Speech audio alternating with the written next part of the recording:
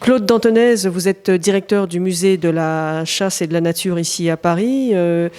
Vous avez une exposition particulière, celle des dessins de Xavier de Porret, une exposition qui s'explique par une actualité précise.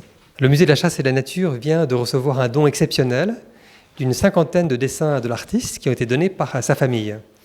Alors, nous en sommes très heureux parce que la collection comportait déjà un certain nombre de dessins de l'artiste, mais qui ne permettaient pas de révéler toute la diversité de son talent. Puisque Xavier de Porret est un artiste merveilleux qui s'est intéressé à l'animal, et au cheval et au cavalier. Il était cavalier lui-même, il connaissait très bien cet animal, et il a par ailleurs développé une qualité d'observation exceptionnelle. Je pense que c'est un des grands artistes animaliers du XXe siècle.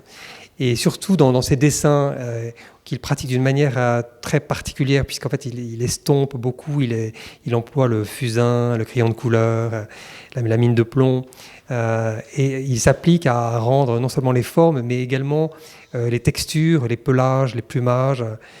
Voilà, ce qui est en fait donc un artiste tout à fait intéressant.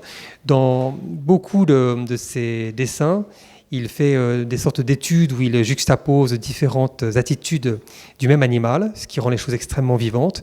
Mais parfois, il fait des portraits plus officiels, comme celui qui est derrière moi, puisqu'il a été très sollicité par le monde intéressé par les courses et par le cheval, pour faire justement des représentations des animaux qui ont concouru.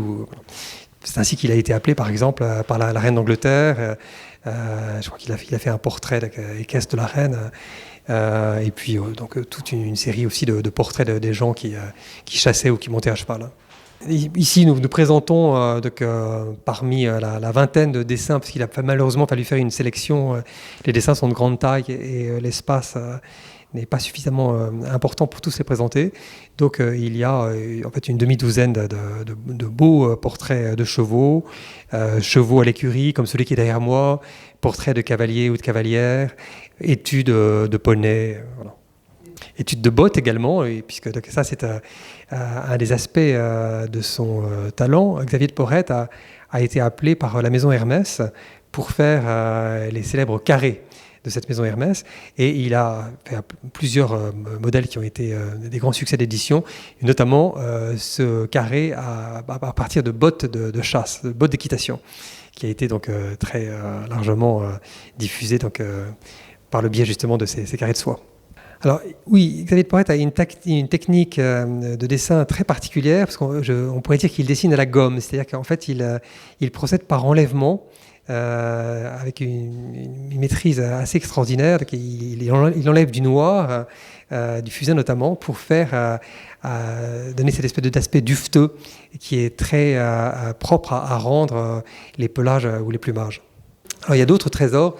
Comme vous savez, les dessins, ce sont des documents qui sont extrêmement fragiles, qu'on doit présenter avec une intensité lumineuse assez limitée et qu'on ne doit pas exposer trop longtemps. Donc, en recevant ce don, nous nous sommes engagés à les présenter par roulement, ce qui fait qu'il y aura en permanence quelques dessins de Porret présentés dans nos collections.